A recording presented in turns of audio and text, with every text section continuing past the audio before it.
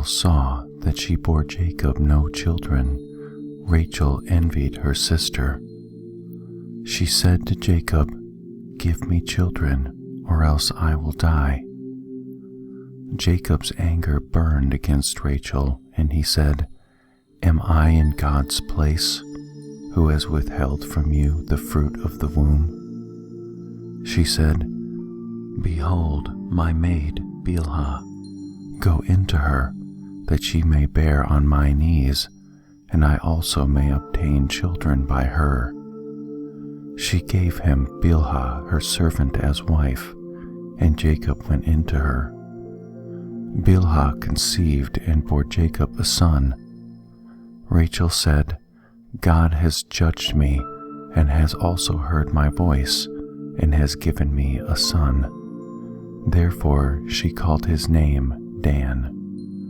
Bilhah, Rachel's servant, conceived again, and bore Jacob a second son. Rachel said, "I have wrestled with my sister with mighty wrestlings, and have prevailed." She named him Naphtali.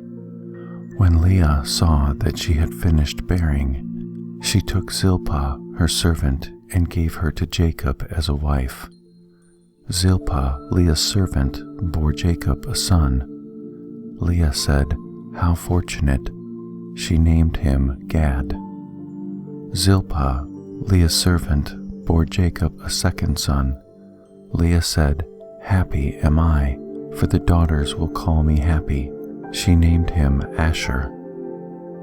Reuben went in the days of wheat harvest, and found mandrakes in the field, and brought them to his mother Leah. Then Rachel said to Leah, "Please give me some of your son's mandrakes." Leah said to her, "Is it a small matter that you have taken away my husband? Will you take away my son's mandrakes also?"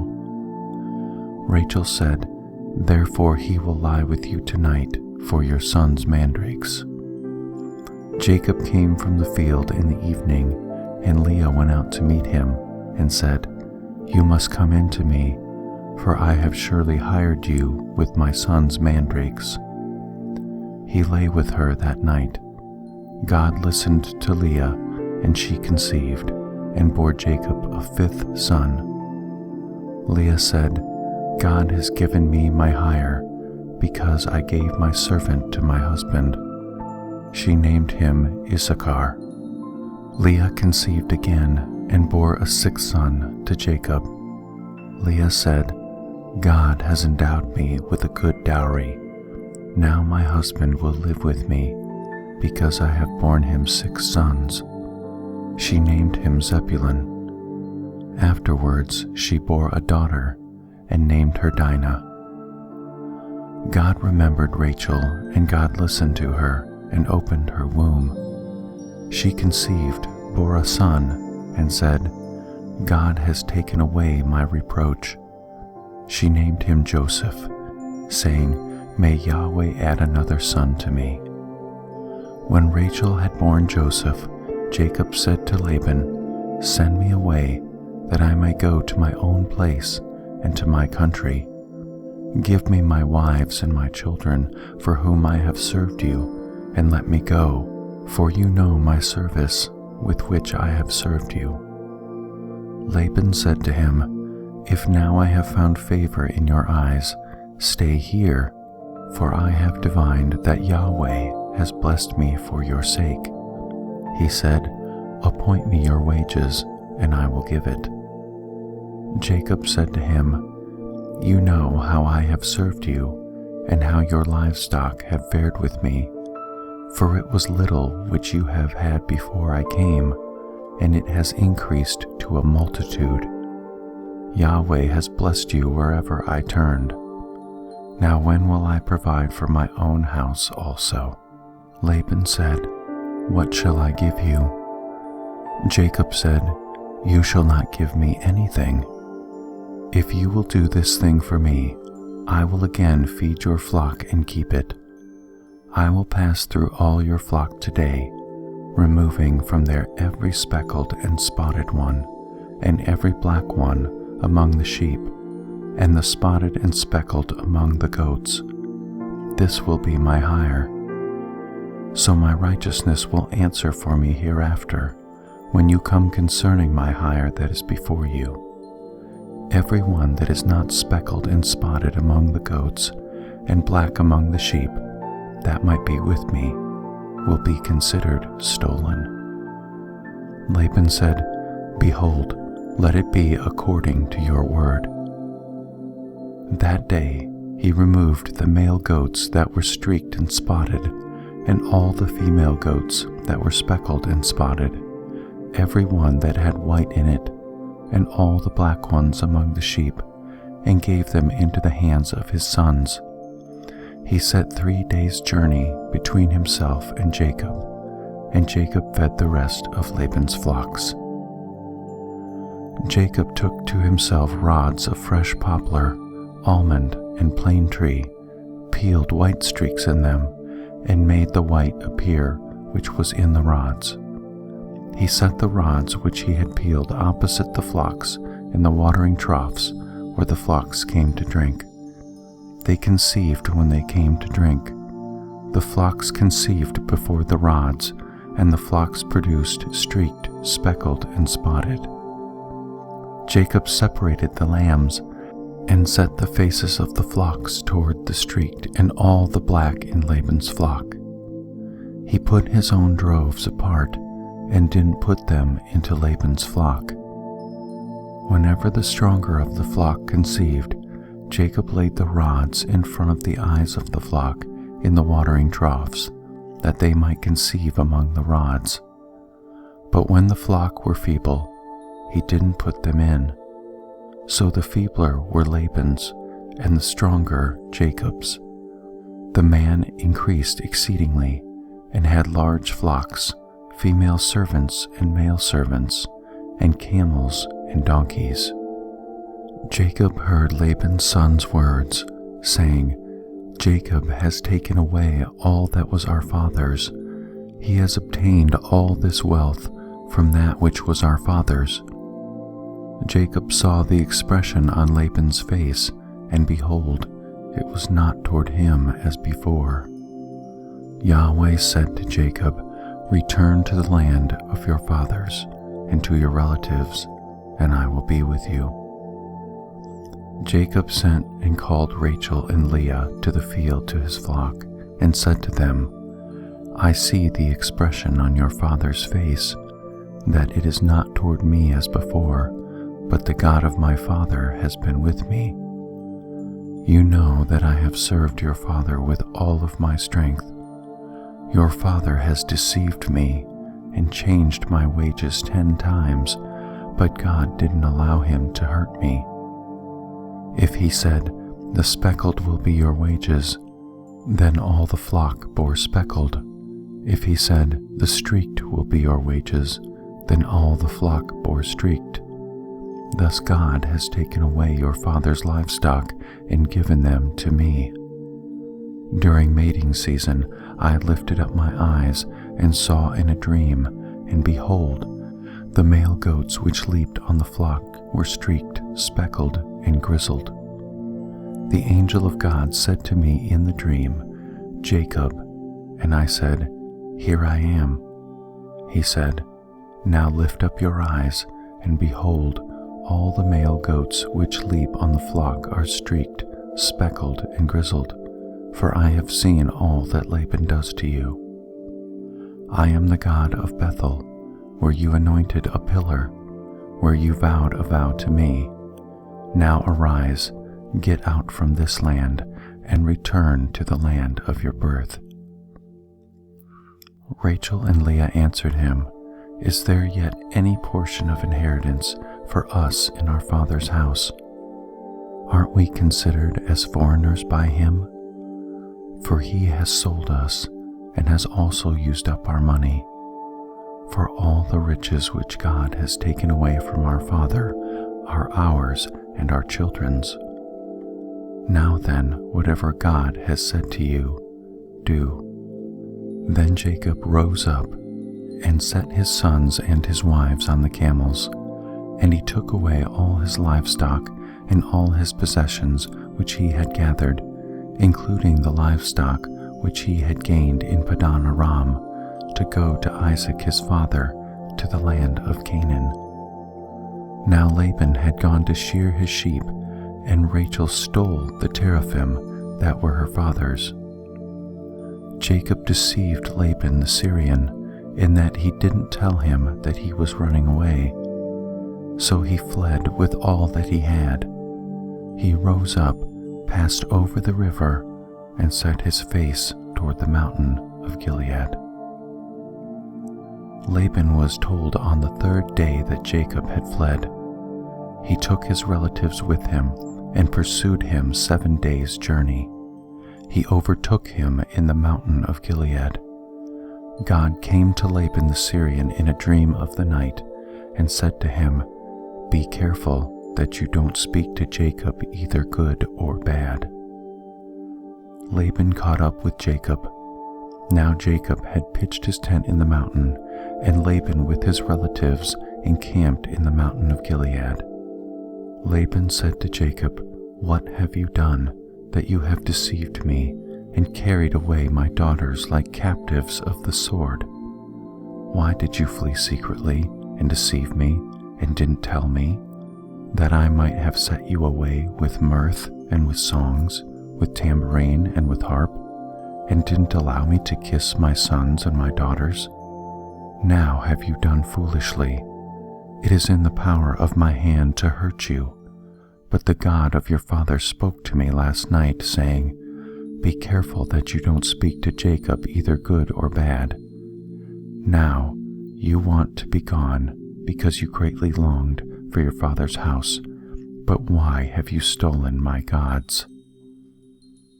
Jacob answered Laban, "Because I was afraid, for I said, 'Lest you should take your daughters from me by force.' Anyone you find your gods with shall not live. Before our relatives, discern what is yours with me and take it." For Jacob didn't know that Rachel had stolen them. Laban went into Jacob's tent, into Leah's tent, and into the tent of the 2 female servants, but he didn't find them. He went out of Leah's tent and entered into Rachel's tent. Now Rachel had taken the teraphim, put them in the camel's saddle, and sat on them. Laban felt around all the tent, but didn't find them. She said to her father, "Don't let my lord be angry that I can't rise up before you, for I'm having my period." He searched, but didn't find the teraphim. Jacob was angry and argued with Laban. Jacob answered Laban, "What is my trespass? What is my sin, that you have hotly pursued me? Now that you have felt around in all my stuff, what have you found of all your household stuff? Set it here before my relatives and your relatives, that they may judge between us 2. These 20 years I have been with you. Your ewes and your female goats have not cast their young, and I haven't eaten the rams of your flocks. That which was torn of animals I didn't bring to you. I bore its loss. Of my hand you required it, whether stolen by day or stolen by night. This was my situation. In the day the drought consumed me, and the frost by night, and my sleep fled from my eyes. These 20 years I have been in your house. I served you 14 years for your 2 daughters, and 6 years for your flock, and you have changed my wages 10 times. Unless the God of my father, the God of Abraham, and the fear of Isaac had been with me, surely now you would have sent me away empty. God has seen my affliction and the labor of my hands, and rebuked you last night." Laban answered Jacob, "The daughters are my daughters, the children are my children, the flocks are my flocks, and all that you see is mine. What can I do today to these my daughters, or to their children whom they have borne? Now come, Let's make a covenant, you and I. Let it be for a witness between me and you." Jacob took a stone and set it up for a pillar. Jacob said to his relatives, "Gather stones." They took stones and made a heap. They ate there by the heap. Laban called it Jegar Sahadutha, but Jacob called it Galeed. Laban said, "This heap is witness between me and you today." Therefore it was named Galeed. And Mizpah, for he said, "Yahweh watch between me and you when we are absent from one another. If you afflict my daughters, or if you take wives in addition to my daughters, no man is with us. Behold, God is witness between me and you." Laban said to Jacob, "See this heap and see the pillar which I have set between me and you. May this heap be a witness, and the pillar be a witness, that I will not pass over this heap to you, and that you will not pass over this heap and this pillar to me for harm. The God of Abraham and the God of Nahor, the God of their father, judge between us." Then Jacob swore by the fear of his father Isaac. Jacob offered a sacrifice in the mountain and called his relatives to eat bread. They ate bread and stayed all night in the mountain. In the early morning, Laban rose up and kissed his sons and his daughters and blessed them. Laban departed and returned to his place. Jacob went on his way, and the angels of God met him. When he saw them, Jacob said, "This is God's army." He called the name of that place Mahanaim.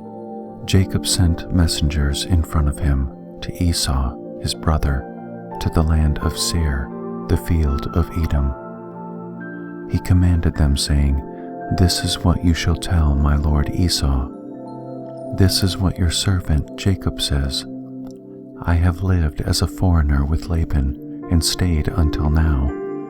I have cattle, donkeys, flocks, male servants and female servants. I have sent to tell my lord that I may find favor in your sight."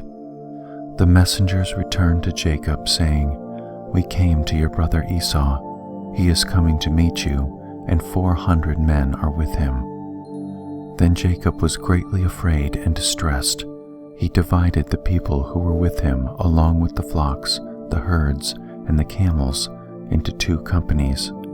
He said, "If Esau comes to the one company and strikes it, then the company which is left will escape." Jacob said, "God of my father Abraham and God of my father Isaac Yahweh, who said to me, 'Return to your country and to your relatives, and I will do you good.' I am not worthy of the least of all the loving kindnesses and of all the truth which you have shown to your servant. For with just my staff I crossed over this Jordan, and now I have become 2 companies. Please deliver me from the hand of my brother, from the hand of Esau, for I fear him, lest he come and strike me and the mothers with the children. You said, 'I will surely do you good and make your offspring as the sand of the sea, which can't be counted because there are so many.'" He stayed there that night and took from that which he had with him a present for Esau, his brother, 200 female goats and 20 male goats, 200 ewes and 20 rams, 30 milk camels and their colts, 40 cows, 10 bulls, 20 female donkeys, and 10 foals. He delivered them into the hands of his servants, every herd by itself, and said to his servants, "Pass over before me, and put a space between herd and herd." He commanded the foremost, saying, "When Esau my brother meets you and asks you, saying, 'Whose are you? Where are you going? Whose are these before you?' Then you shall say, 'They are your servant Jacob's.' "It is a present sent to my lord Esau. Behold, he also is behind us." He commanded also the second and the third, and all that followed the herds, saying, "This is how you shall speak to Esau when you find him. You shall say, Not only that, but behold, your servant Jacob is behind us. For he said, I will appease him with the present that goes before me, and afterward I will see his face. Perhaps he will accept me." So the present passed over him, and he himself stayed that night in the camp.